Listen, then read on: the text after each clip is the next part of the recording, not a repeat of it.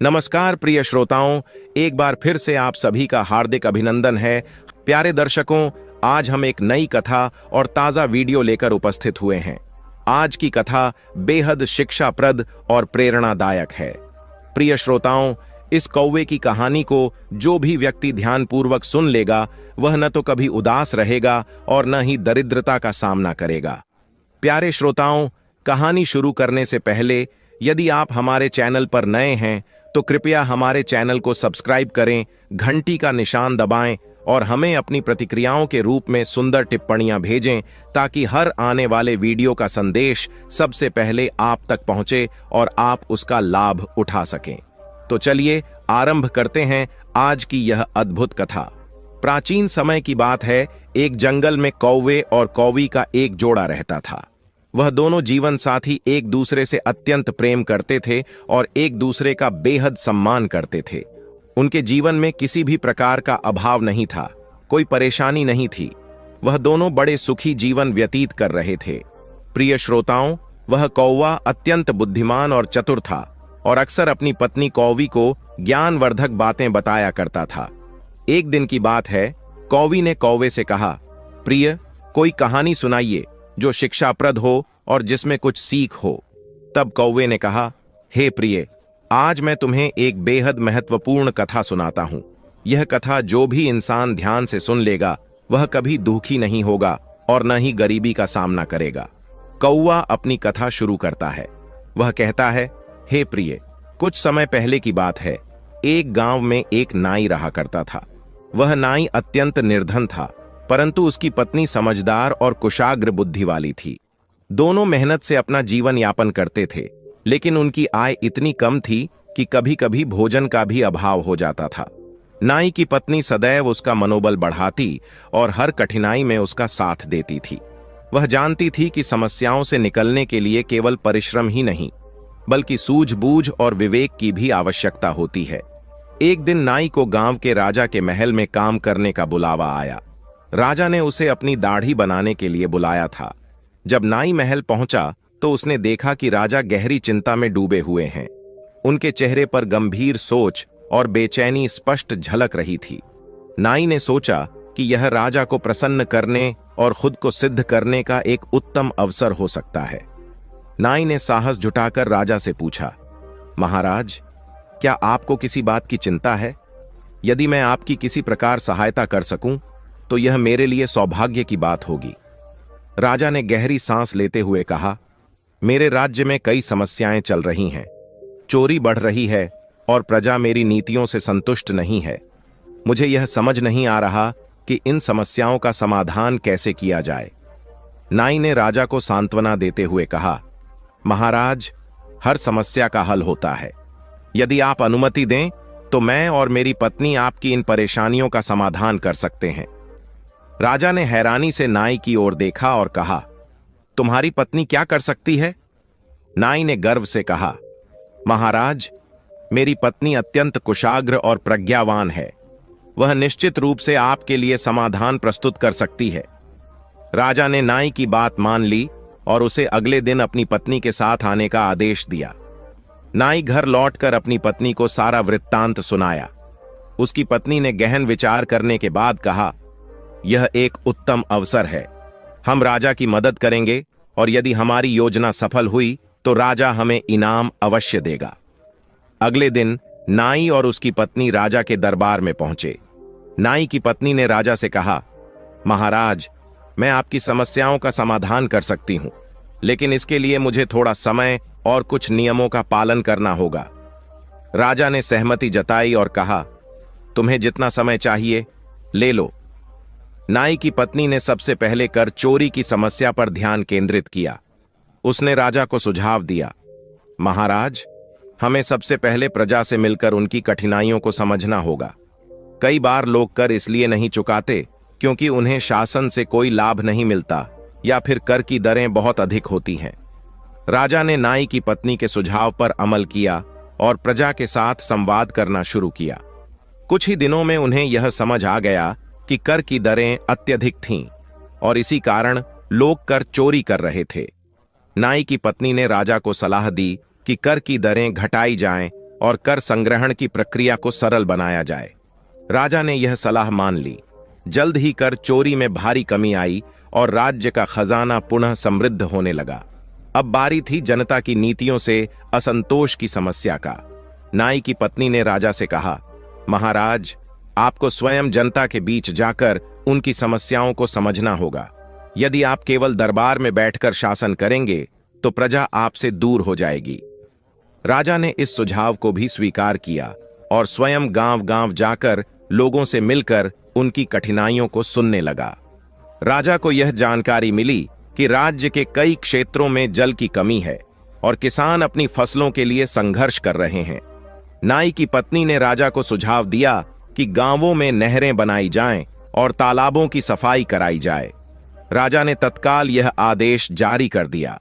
कुछ ही महीनों में राज्य के किसान खुशहाल हो गए और फसलों का उत्पादन बढ़ने लगा। राजा नाई की पत्नी की बुद्धिमानी और उसके परामर्श से बहुत प्रभावित हुआ। उसने नाई और उसकी पत्नी को दरबार में बुलाया और कहा, तुम्हारी समझदारी ने मेरे राज्य को समस्याओं से मुक्त कर दिया है। मैं तुम्हें एक पुरस्कार देना चाहता हूं। नाई की पत्नी ने विनम्रता से कहा, महाराज, हमारा कर्तव्य था आपकी सहायता करना। अगर आप हमें कुछ देना ही चाहते हैं तो कृपया हमारे गांव में एक विद्यालय बनवाइए ताकि वहां के बच्चे शिक्षा प्राप्त कर सकें। राजा ने नाई की पत्नी की इच्छा पूरी की और गांव में एक बड़ा विद्यालय बनवाया। अब नाई और उसकी पत्नी सुखमय जीवन जी रहे थे, लेकिन कहानी यहीं समाप्त नहीं होती। गांव में उनकी चतुराई की चर्चा धीरे धीरे दूर दूर तक फैलने लगी। हर कोई उनकी समझदारी की सराहना करता था, लेकिन कुछ लोग उनकी सफलता देखकर जलन भी महसूस करने लगे। राजा के दरबार में कुछ दरबारी थे जो नाई और उसकी पत्नी से ईर्ष्या करने लगे। उन्हें यह बिल्कुल भी पसंद नहीं आया कि एक गरीब नाई और उसकी पत्नी राजा के इतने नजदीक आ गए हैं। उन्होंने मिलकर एक साजिश रची कि कैसे नाई और उसकी पत्नी को राजा की नजरों में गिराया जाए। दरबार में एक दरबारी जो राजा का सबसे करीबी सलाहकार था, उसने राजा से कहा, महाराज, नाई और उसकी पत्नी की समझदारी पर हमें शक है। मुझे नहीं लगता कि उनकी सलाह इतनी प्रभावी थी। हमें लगता है कि उन्होंने आपकी समस्या का समाधान केवल संयोग से किया था, परंतु वे किसी न किसी चालाकी में शामिल हो सकते हैं। राजा को पहले तो इस पर विश्वास नहीं हुआ, लेकिन धीरे धीरे दरबारियों ने उसके मन में संदेह पैदा कर दिया। उन्होंने राजा को यह सुझाव दिया कि नाई की पत्नी की असली चतुराई को परखने के लिए उसे एक कठिन परीक्षा दी जाए। राजा ने दरबारियों की बात मान ली और नाई और उसकी पत्नी को दरबार में बुलाया। जब वे दरबार में पहुंचे तो राजा ने गंभीर स्वर में कहा, मैंने तुम्हारी समझदारी और चतुराई की कई बार सराहना की है, लेकिन अब मैं चाहता हूं कि तुम मेरी एक और समस्या का समाधान करो। यह समस्या पहले से कहीं अधिक कठिन है। अगर तुम इसका समाधान कर पाई तो मैं तुम्हें और तुम्हारे पति को अपना प्रमुख सलाहकार बना दूंगा। नाई की पत्नी ने आत्मविश्वास से कहा, महाराज, मैं आपकी हर समस्या का समाधान निकालने की पूरी कोशिश करूंगी। कृपया बताइए, समस्या क्या है? राजा ने गहरी सांस ली और कहा, मेरे राज्य में एक ऐसी रहस्यमयी जगह है जिसे कोई देख नहीं सकता, और वहां से मुझे ऐसी अनोखी वस्तु चाहिए जिसे न तो किसी ने देखा हो और न ही किसी ने छुआ हो। यदि तुम यह असंभव काम कर सको तो मैं तुम्हें बड़ा पुरस्कार दूंगा। राजा की बात सुनकर दरबारियों के चेहरों पर चालाक मुस्कान आ गई। उन्होंने सोचा, अब नाई और उसकी पत्नी की चतुराई का सत्य सामने आ जाएगा। यह काम किसी के बस का नहीं है। नाई की पत्नी ने थोड़ी देर गंभीरता से विचार किया और फिर राजा की ओर देखकर कहा, महाराज, मैं आपकी चुनौती स्वीकार करती हूं, लेकिन इसके लिए मुझे 3 दिन का समय चाहिए। राजा ने उसकी बात मान ली और 3 दिन का समय दे दिया।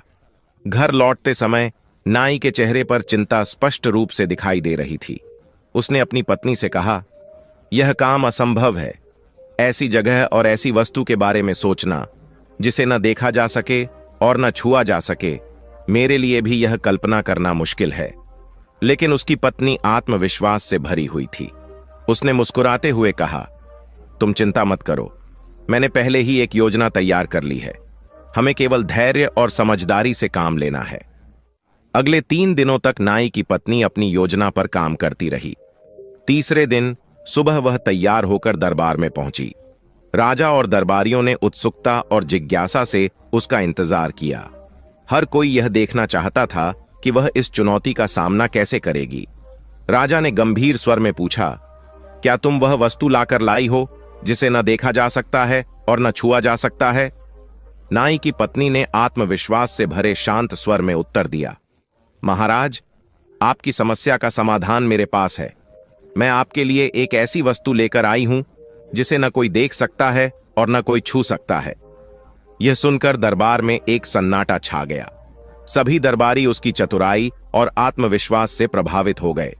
अब हर किसी को यह जानने की उत्सुकता थी कि वह कौन सी वस्तु है जिसे न देखा जा सकता है और न छुआ जा सकता है। नाई की पत्नी ने उत्तर दिया, महाराज, वह वस्तु है विचार। विचार को न कोई देख सकता है और न कोई छू सकता है, लेकिन यह संसार की सबसे शक्तिशाली चीज है। विचार विचार ही वह शक्ति है जो असंभव को भी संभव बना देती है। राजा कुछ पल के लिए चुप हो गए। फिर उन्होंने जोर से हंसते हुए कहा, तुमने सही कहा। विचार वाकई एक ऐसी चीज है जिसे कोई देख नहीं सकता और न ही छू सकता है, लेकिन इसका प्रभाव अनमोल होता है। तुम्हारी चतुराई ने एक बार फिर साबित कर दिया कि तुम कितनी समझदार हो। दरबारियों की साजिश नाकाम हो गई और नाई की पत्नी की समझदारी ने उसे और भी अधिक सम्मान दिलाया।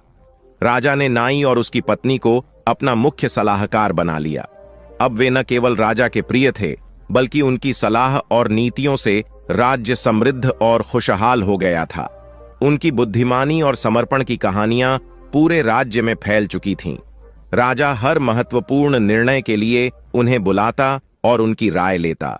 हालांकि यह दरबार के कुछ पुराने दरबारी नहीं सहन कर पा रहे थे। दरबारियों को यह अब भी खटक रहा था कि एक साधारण नाई और उसकी पत्नी इतने उच्च पद पर कैसे पहुंच गए। उनमें सबसे अधिक जलन दरबार के मुख्यमंत्री को हो रही थी, जो दरबारियों का प्रमुख था। वह पहले से ही नाई और उसकी पत्नी के प्रति नफरत रखता था और अब उन्हें दरबार से बाहर करने की एक बड़ी साजिश रचने लगा। एक दिन मुख्यमंत्री ने बाकी दरबारियों से कहा, नाई और उसकी पत्नी अब हमारे लिए और भी बड़ा खतरा बन गए हैं। अगर वे इसी तरह राजा के प्रिय बने रहे तो वह दिन दूर नहीं जब वे हमारे पदों पर भी कब्जा कर लेंगे। हमें अब ऐसी योजना बनानी होगी जिससे राजा को उन पर हमेशा के लिए संदेह हो जाए और वे दरबार से बाहर हो जाएं। सभी दरबारी इस योजना को सहमति दे रहे थे और एक नई चाल की रूपरेखा तैयार की। उन्होंने तय किया कि वे नाई की पत्नी के खिलाफ राजा के मन में बड़ा शक पैदा करेंगे और इसके लिए एक झूठी कहानी तैयार की। कुछ दिनों बाद दरबारियों ने राजा के पास जाकर कहा, महाराज, हमें एक गंभीर बात पता चली है। हमें लगता है कि नाई की पत्नी आपके खिलाफ साजिश कर रही है। वह अपनी चतुराई का इस्तेमाल सिर्फ आपकी समस्याओं का समाधान करने के लिए नहीं, बल्कि आपके खिलाफ षड्यंत्र रचने के लिए कर रही है। राजा यह सुनकर चौंक गए। उन्होंने दरबारियों की बातों पर यकीन तो नहीं किया, लेकिन शक का बीज उनके मन में रोपित हो गया। दरबारियों ने उनकी शंका को और बढ़ाने की कोशिश की। वे बोले, महाराज, वह इतनी चालाक है कि आपको धोखा दे सकती है। अगर आप हमारी बात पर विश्वास नहीं करते तो आप उसे एक अंतिम परीक्षा दे सकते हैं। यदि वह इस परीक्षा में विफल हो गई तो इसका मतलब यह होगा कि वह सचमुच एक धोखेबाज है। राजा ने कुछ देर विचार किया और तय किया कि नाई की पत्नी को एक और कठिन परीक्षा दी जाए। उन्होंने सोचा कि इससे सच्चाई सामने आ जाएगी। अगले दिन राजा ने नाई और उसकी पत्नी को दरबार में बुलाया। इस बार राजा के चेहरे पर गंभीरता थी और दरबारी अपनी साजिश की सफलता की उम्मीद में खुशी से मुस्कुरा रहे थे। राजा ने गंभीर स्वर में कहा, तुमने अब तक मेरी कई समस्याओं का समाधान किया है। मैं तुम्हारी चतुराई और समर्पण की प्रशंसा करता हूं, लेकिन अब मैं तुम्हें एक अंतिम परीक्षा देना चाहता हूं। अगर तुम इस परीक्षा में सफल हो गई तो मैं तुम्हें राज्य का सबसे ऊंचा सम्मान दूंगा, लेकिन अगर तुम असफल हो गई तो तुम्हें और तुम्हारे पति को यह दरबार छोड़ना होगा। नाई की पत्नी ने राजा की ओर देखा और बिना घबराए विनम्रता से कहा, महाराज, मुझे आप पर और अपनी समझदारी पर पूरा विश्वास है। मैं आपकी हर परीक्षा के लिए तैयार हूं। कृपया बताइए, मुझे क्या करना होगा? राजा ने गहरी सांस ली और कहा, तुम्हें 7 दिन के भीतर मेरे राज्य के सबसे दुर्लभ और अनमोल खजाने को ढूंढकर लाना होगा। वह खजाना ऐसा होना चाहिए जिसे कोई छू न सके, लेकिन वह हमारे जीवन का सबसे महत्वपूर्ण हिस्सा हो। अगर तुम वह खजाना लाकर दिखा सको तो तुम इस परीक्षा में सफल मानी जाओगी। यह सुनकर दरबारियों को लगा कि इस बार नाई की पत्नी असफल हो जाएगी, क्योंकि ऐसा खजाना ढूंढना तो असंभव था। वे अंदर ही अंदर मुस्कुरा रहे थे, सोचते हुए कि अब नाई और उसकी पत्नी की चतुराई सामने आ जाएगी। लेकिन नाई की पत्नी हमेशा की तरह शांत और संयमित थी। उसने राजा से कहा, महाराज, मुझे कुछ समय चाहिए और मैं आपकी यह परीक्षा पूरी करूंगी। नाई की पत्नी ने कई दिन सोचा, लेकिन कोई स्पष्ट उत्तर नहीं मिल पा रहा था। नाई भी चिंतित था। वह अपनी पत्नी को परेशान देख रहा था, लेकिन उसकी पत्नी ने उसे शांत किया और कहा, धैर्य रखो, मेरे पास समाधान होगा। मैं सही समय पर सही उत्तर के साथ लौटूंगी। 7वें दिन नाई की पत्नी दरबार में पहुंची। राजा और सभी दरबारी बेसब्री से इंतजार कर रहे थे कि अब वह क्या उत्तर देगी। दरबार में एक गहरी चुप्पी थी। सभी की निगाहें उस पर थीं। नाई की पत्नी ने दरबार में प्रवेश किया, हाथ जोड़कर राजा के सामने खड़ी हुई और कहा, महाराज, आपके द्वारा मांगा गया खजाना मैं आपके सामने प्रस्तुत करती हूं। वह खजाना समय है। समय से अधिक दुर्लभ, अनमोल और महत्वपूर्ण कोई चीज नहीं है। समय को कोई छू नहीं सकता, लेकिन यह हमारे जीवन का सबसे बड़ा खजाना है। समय ही हमें सुख और दुख दोनों का अनुभव कराता है और सही समय पर लिए गए निर्णय हमारे जीवन को बदल सकते हैं। राजा उसकी बात सुनकर चकित रह गए। दरबार में एक गहरी चुप्पी थी। सभी दरबारी स्तब्ध थे। राजा ने कुछ देर विचार किया और कहा, तुमने बिल्कुल सही कहा। समय ही वह खजाना है जिसे हम देख नहीं सकते, छू नहीं सकते, लेकिन यह हमारे जीवन का सबसे अहम हिस्सा है। तुमने इस कठिन परीक्षा को सफलता से पार किया और मुझे यह समझाने में मदद की कि सबसे मूल्यवान खजाना समय ही है। राजा ने अपनी आंखों में सराहना की झलक के साथ कहा, मैं अब पूरी तरह से समझ चुका हूं। तुमने यह साबित कर दिया कि तुम सिर्फ एक समझदार और बुद्धिमान सलाहकार नहीं हो, बल्कि तुम मेरे राज्य की असली रक्षक हो। राजा ने दरबारियों की साजिश का भांप लिया और उन्हें कड़ी सजा दी। वे सभी दरबार से निष्कासित कर दिए गए। नाई और उसकी पत्नी को राज्य का सर्वोच्च सम्मान मिला और राजा ने उन्हें अपना मुख्य सलाहकार बना लिया। अब राज्य का प्रशासन और प्रबंधन उनके हाथों में था। राजा ने उनसे कहा, आप दोनों मेरी निष्ठा और विश्वास के पात्र हो। मैं अब हर कठिन मुद्दे पर आपकी राय लूंगा, क्योंकि आपने मेरे राज्य को समृद्धि और शांति का रास्ता दिखाया है। राजा के दरबार से सभी दरबारियों के निष्कासन के बाद नाई और उसकी पत्नी की प्रसिद्धि और बढ़ गई। पूरे राज्य में उनकी समझदारी और बुद्धिमानी के किस्से लोग बयां करने लगे। अब राजा पूरी तरह से उन पर भरोसा करने लगा था और हर बड़ी समस्या के समाधान के लिए उनसे सलाह लिया करता था। लेकिन यह सब कुछ इतना आसान नहीं था। दरबारी भले ही अपनी साजिश हार गए थे, लेकिन जैसे ही नाई और उसकी पत्नी ने सत्ता में अपने कदम जमाए, वैसे ही नई चुनौतियां सामने आनी शुरू हो गईं। पड़ोसी राज्य का राजा, जो हमेशा से इस राज्य की संपत्ति और समृद्धि पर नजर रखता था, अब हमला करने की योजना बना रहा था। वह सोचता था कि अगर वह इस राज्य को जीत लेता है तो उसकी सत्ता और भी मजबूत हो जाएगी और वह अपने राज्य की शक्ति का विस्तार कर पाएगा। एक दिन पड़ोसी राज्य से एक संदेश आया जिसमें युद्ध की धमकी दी गई थी।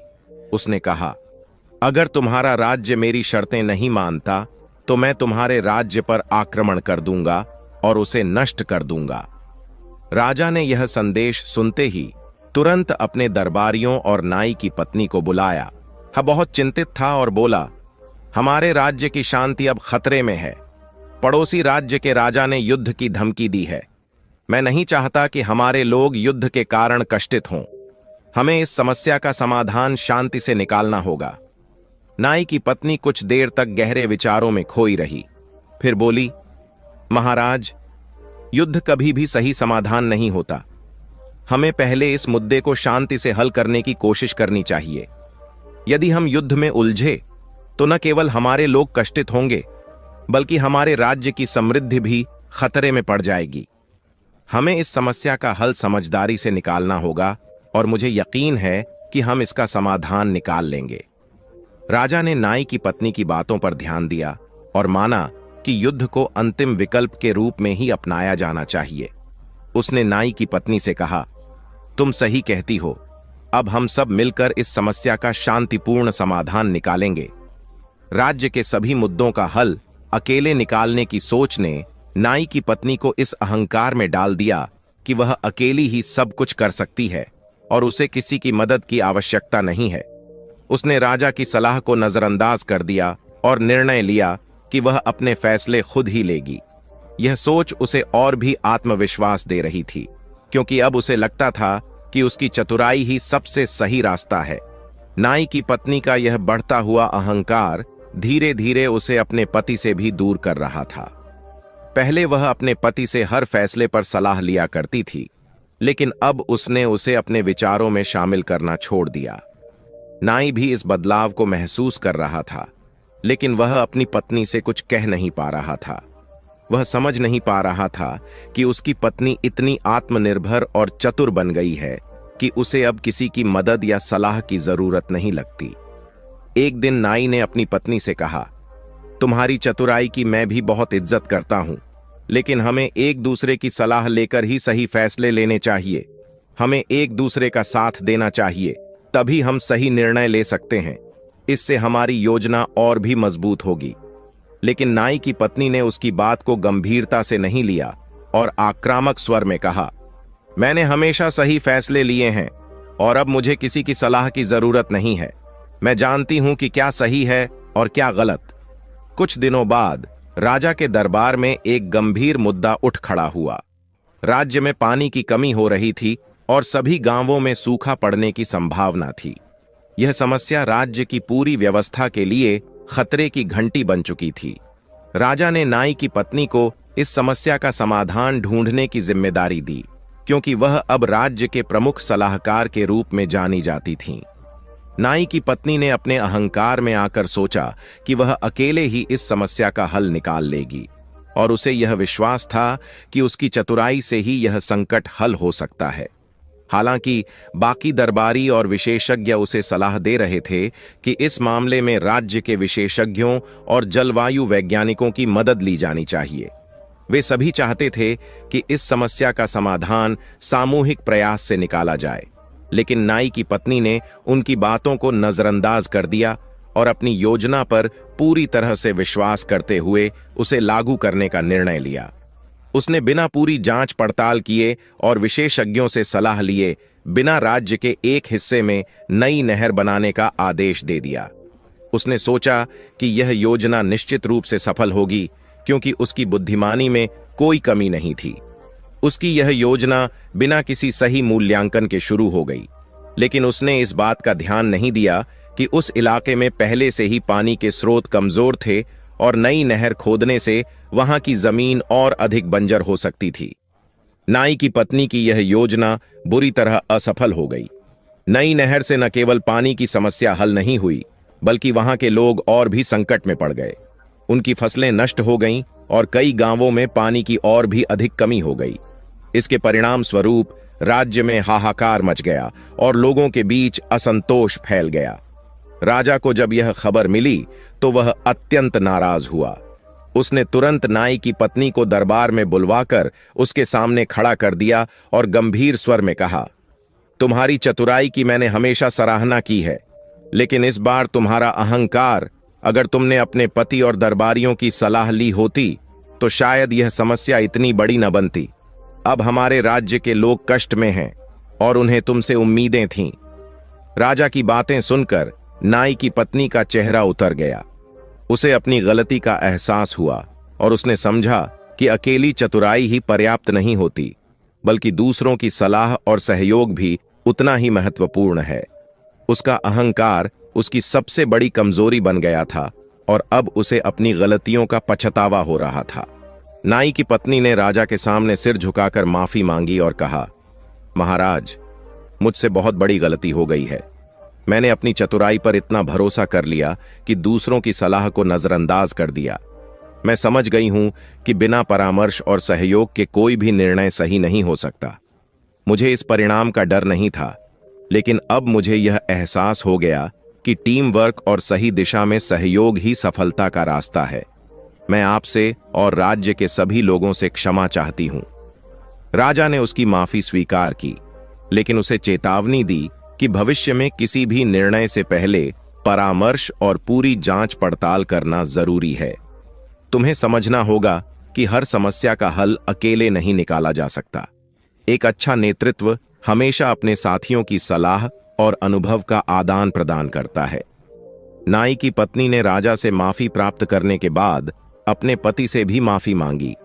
वह मानती थी कि उसने अपने पति की सलाह और अनुभव को नजरअंदाज किया था, और वह वादा करती है कि अब वह हर फैसले में उसकी सलाह लेगी।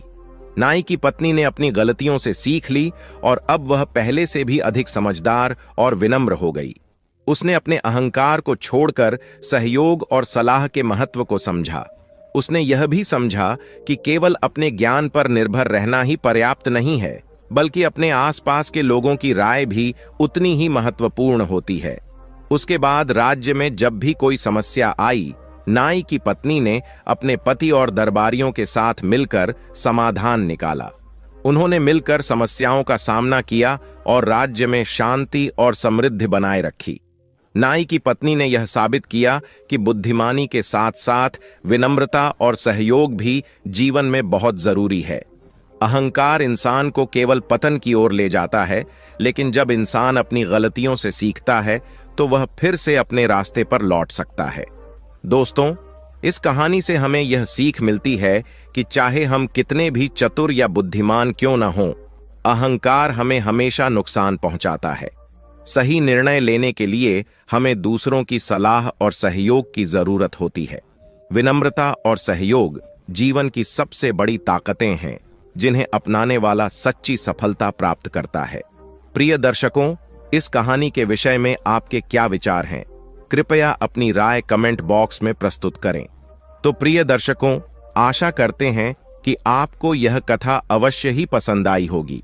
अगर आपको यह कथा पसंद आई है तो इस वीडियो को लाइक करें, साथ ही इस वीडियो को ज्यादा से ज्यादा लोगों में शेयर करें ताकि उन्हें भी इस विषय में पता चल सके, और इस वीडियो के कमेंट सेक्शन में जय श्री कृष्णा अवश्य लिखें।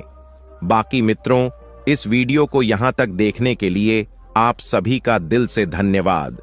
जय श्री राम।